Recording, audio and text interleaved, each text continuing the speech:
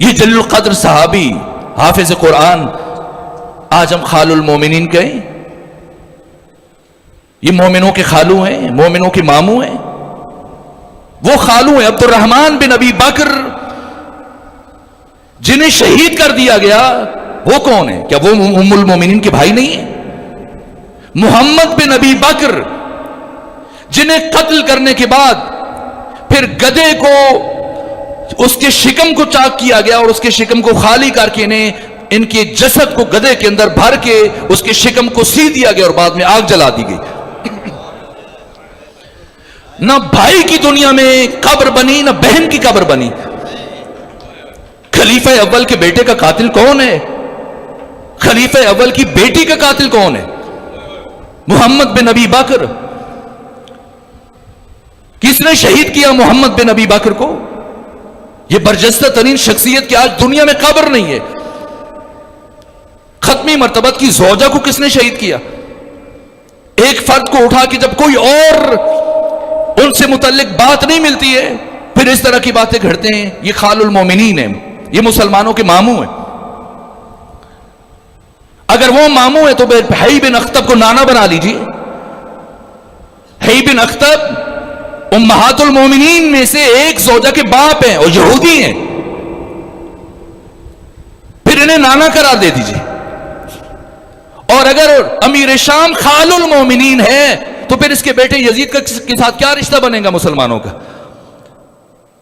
اگر وہ مومنوں کا ماموں ہے تو یہ پھر ماموں زاد ہے، پھر اسے ماموں زاد بنا لیجئے. اس لیے چند سال پہلے 3 سال پہلے کراچی میں یہ بلی تھیلے سے باہر آئی اور امیر یزید کے زندہ باد کے نعرے لگے. نہیں لگے کراچی میں؟ بھول گئے؟ لگے. بات خال المومنین تک نہیں رکے گی، پھر بات یزید تک آ جائے گی. وہ ماموں ہے پھر انہیں امیر مانیے. جیسی روح ویسے فرشتے. صاحبان ذوق کے لیے ایک جملہ عرض کرنے لگا ہوں. جیسی روح ویسے فرشتے. روح کافر ہو تو پھر دل کا امیر یزید بن جاتا ہے، اور جب روح مسلم ہو تو پھر امیر صرف اور صرف حسین ابن علی بن جاتا ہے.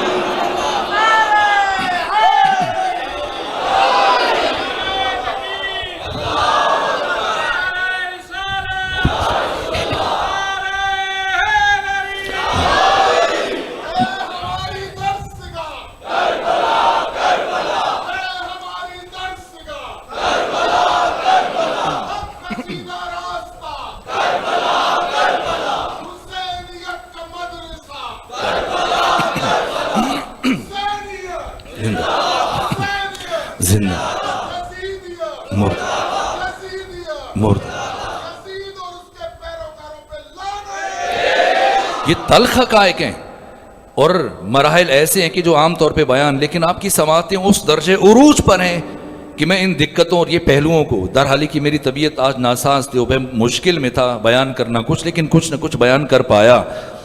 کوشش کریں گے کہ باقی دنوں میں وہ اہم ترین پہلو عرض کروں. کچھ بھی ہو جاتا امام حسین 72 کے بجائے 7200 افراد کو یزید کے مقابلے میں لے آتے. پھر بھی کربلا تاریخ میں ابدی حیثیت اختیار نہ کر سکتی. پھر بھی کربلا سرمدی نہ بن سکتی اگر حسین ابن علی ان 72 کے ساتھ 2 چھوٹے چھوٹے بچوں کو نہ لے کے آتے.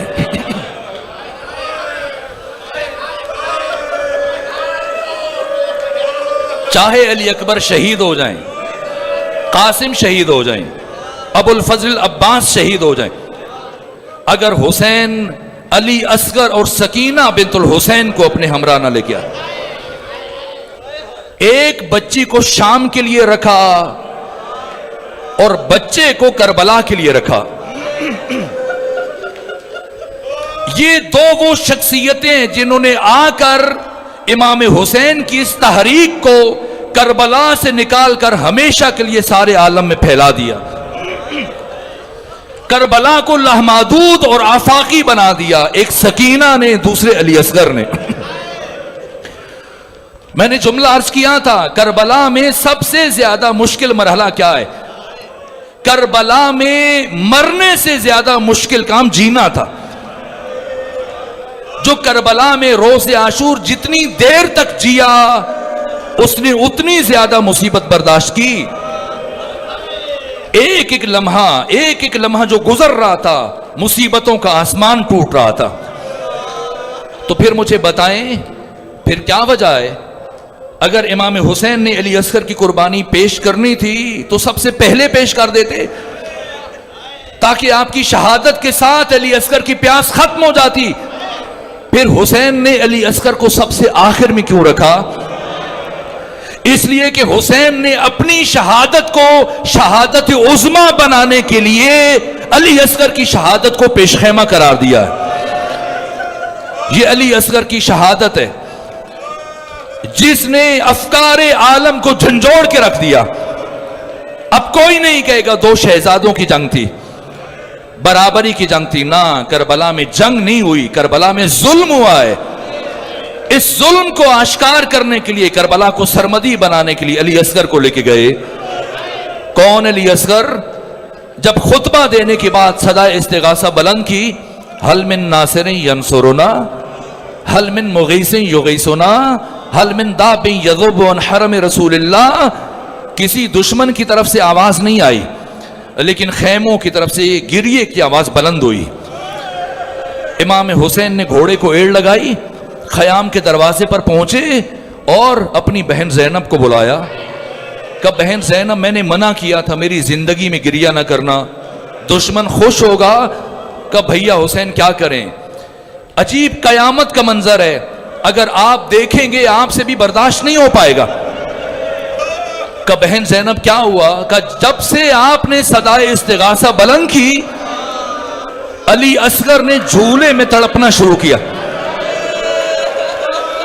اور بالآخر علی اصغر نے خود کو جھولے سے زمین پر گرا دیا۔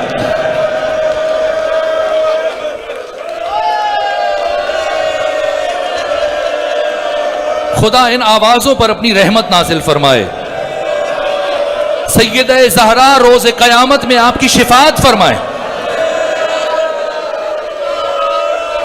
کوئی سمجھا نہ وہاں سید ابرار کی بات، ایک سپاہی نے سنی فوج کے سالار کی بات، اور گر کے جھولے سے علی اصغر نے کیا ہے ثابت، صرف دلدار سمجھ سکتا ہے دلدار کی بات۔ آگے بڑھے، علی اصغر کو اٹھایا، اٹھا کر باہر جانے لگے۔ یا اس شہید کی ماں آگے بڑھی، ام رباب آگے بڑھی، کہ آقا کچھ لمحوں کے لیے علی اصغر میرے سپرد کر دیجیے۔ مشکل مراحل ہے، لیکن چاہتا ہوں کہ دو جملے اور عرض کر سکوں۔ کچھ لمحوں کے لیے علی اصغر میرے سپرد کریں۔ باقی بیویوں نے خیال کیا ام رباب کے لیے علی اصغر سے جدائی بہت مشکل ہے، اس لیے شاید اچھی طرح اپنے بیٹے سے ملنا چاہتی ہیں۔ لیکن ام رباب جب علی اصغر کو اپنے اس خیمے میں لے کے گئیں جہاں پر بی بی کا قیام تھا، چار کام کیے۔ کیا کیا؟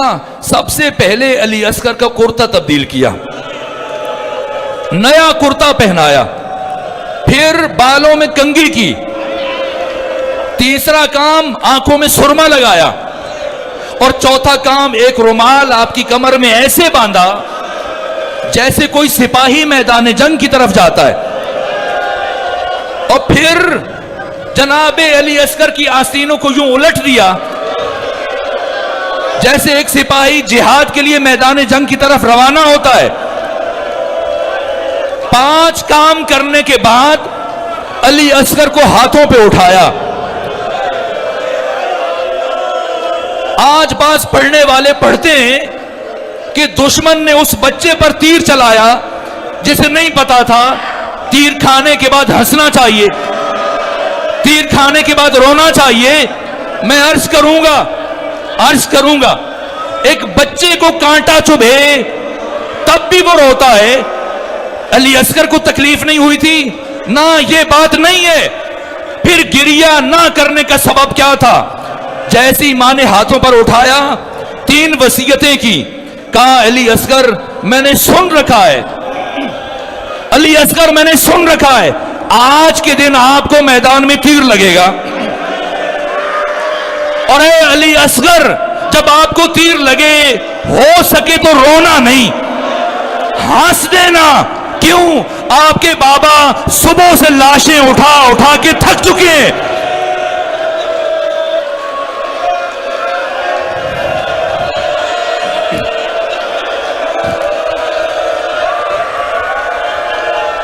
اجرکم علی اللہ، اجرکم ربکم، اجرکم علی الزہراء۔ علی اصغر آپ کے بابا صبح سے لاشیں اٹھا اٹھا کے تھک چکے ہیں، اگر آپ روئیں گے آپ کے بابا کے دل کو تکلیف پہنچے گی، اور اے علی اصغر اب جب آپ کو تیر لگے گا آپ شہید ہو جائیں گے، اور آپ کے دادا علی اور آپ کی دادی فاطمہ زہرا یہ دونوں حوض کوثر پر آپ کا انتظار کر رہے ہیں۔ جب آپ ان کے پاس پہنچیں گے، اگر دادی فاطمہ زہرا نے پوچھا علی اصغر بتاؤ تمہاری ماں نے تمہارا چہرہ دھلا کے کیوں نہیں بھیجا، تو بتانا دادی اماں پانی پینے کے لیے بھی موجود نہیں تھا، ورنہ میری ماں میرا چہرہ دھلا کے بھیجتی۔ اور علی اصغر میری تیسری وصیت سنو، جب آپ کے دادا علی دادی فاطمہ زہرا آپ کو جام کوثر پیش کریں تو خبردار پانی نہ پینا، اپنے بابا حسین کا انتظار کرنا، اس لیے کہ آپ کے بابا حسین آپ سے زیادہ پیاسے ہیں۔ وصیتیں کی، پھر ہاتھوں پہ اٹھایا، خشک لبوں سے علی اصغر کی پیشانی کا بوسہ لیا، آقا حسین کی گود میں رکھا۔ بس مشکل مرحلہ ایسے بیان نہیں کروں گا۔ حسین ابن علی میدان کربلا میں آئے، ہنگام غروب ہے، حضرت کی شہادت نہیں بیان کروں گا، بس ایک جملہ عرض کروں گا۔ میدان کربلا میں آئے، میرے عزیزو آپ کی ملتان میں صاحب اولاد بیٹھے ہیں، آپ کے چھوٹے چھوٹے بچے، جب ان بچوں کا دودھ چھڑوایا جاتا ہے کیا کرتے ہیں؟ کیا کرتے ہیں؟ ان کے لیے مٹھائیاں لے کے آتے ہیں، ان کے لیے کھلونے لے کے آتے ہیں۔ اللہ کی قسم تاریخ انسانی میں کسی بچے کا دودھ اس طرح سے نہیں چھڑوایا گیا جس طرح سے رباب کے علی اصغر کا چھڑوایا گیا۔ حسین لائے، بس آخری جملہ، حسین لائے علی اصغر کو ہاتھوں پہ، 72 کی لاشیں اٹھانے والے حسین۔ 2 دن باقی ہیں، شب عاشور آپ ایک عمل کریں گے، جو شب عاشور کے اعمال ہیں ان میں سے ایک عمل یہ ہے کہ 7 دفعہ قدم آگے بڑھائیں، 7 دفعہ قدم پیچھے لے کے جائیں۔ یہ عمل امام حسین کے روز عاشور کے عمل کی شبیہ ہے۔ یہ عمل حسین نے کب انجام دیا تھا؟ روز عاشور جب علی اصغر کی لاش کو خیام کے پاس لے کے آئے، 7 دفعہ آگے بڑھے، 7 دفعہ پیچھے ہٹے، سوچ رہے تھے اگر علی اصغر کو اسی حال میں خیمے کے اندر لے گیا، کوئی بی بی علی اصغر کی حالت دیکھ کے مر نہ جائے۔ پلٹ آئے، کہاں پہنچے؟ کہاں پہنچے؟ خیام کی پشت پر، خیام کی پشت پر، وہ موقع جہاں حضرت کی شمشیر نے گریہ کیا۔ تاریخ انسانی میں پہلی مرتبہ حسین نے اس شمشیر سے وہ کام لیا، ایک مرتبہ قبر کھودی، اور قبر کھودنے کے بعد جب قبر کھود گئی، حسین نے خواہش کی، حسین کی کوشش تھی میرا علی اصغر اس قبر میں چلا جائے، دشمن کے حملوں سے محفوظ رہ جائے، سر کٹنے سے بچ جائے۔ حسین نے علی اصغر کو قبر میں اتارا اور پاؤں کی طرف سے گریت ڈالنا شروع کی، اور حسین جب سینے تک پہنچے، اب حسین کو ہمت نہیں ہو رہی کہ کس طرح اس چاند جیسے چہرے پر کربلا کی گرم ریت کو منتقل کریں۔ حسین سوچ رہے ہیں کہ کس طرح سے علی اصغر کے چہرے پر کربلا کی گرم ریت ڈالیں، یا کسی نے کندھے پہ ہاتھ رکھا۔ حسین نے مڑ کر دیکھا، ام رباب کھڑی، یہ درخواست کر رہی تھی آقا حسین جائیں میدان کربلا، اپنے ادھورے کام کو مکمل کریں۔ اس کام کو آپ کی کنیز ام رباب انجام دے گی. ام رباب نے علی اصغر کی تدفین مکمل کی اور مطمئن ہو گئی کہ چلیں کم سے کم میرا علی اصغر دفن ہو گیا. اور جب عاشور کے دن سروں کو کاٹا گیا، نیزے پہ بلند کیا گیا، جناب رباب مطمئن تھی میرا علی اصغر دفن ہو گیا. ایک مرتبہ عمر ابن سعد نے آواز بلند کی، سر 71 ہیں اور ایک سر کم ہے، جلدی کرو سر کو تلاش کرو تاکہ 72 مکمل ہو جائیں. ایک مرتبہ 20 ولد الزنا آگے بڑھے، زمین پر نیزے مارنا شروع کیے، کربلا کے چپے چپے پر نیزے مار رہے، علی اصغر کی لاش کو تلاش کر رہے. ایک مرتبہ ایک شکی نے کہا میں نے حسین کو خیام کی پشت پہ جاتے دیکھا تھا. یہ افراد پشت خیمہ کی طرف بڑھے. اب جو ایک شکی نے نیزہ مارا، نیزے پہ علی اصغر کی لاش بلند ہوئی، دوبارہ سے علی اصغر کو زمین پہ رکھا.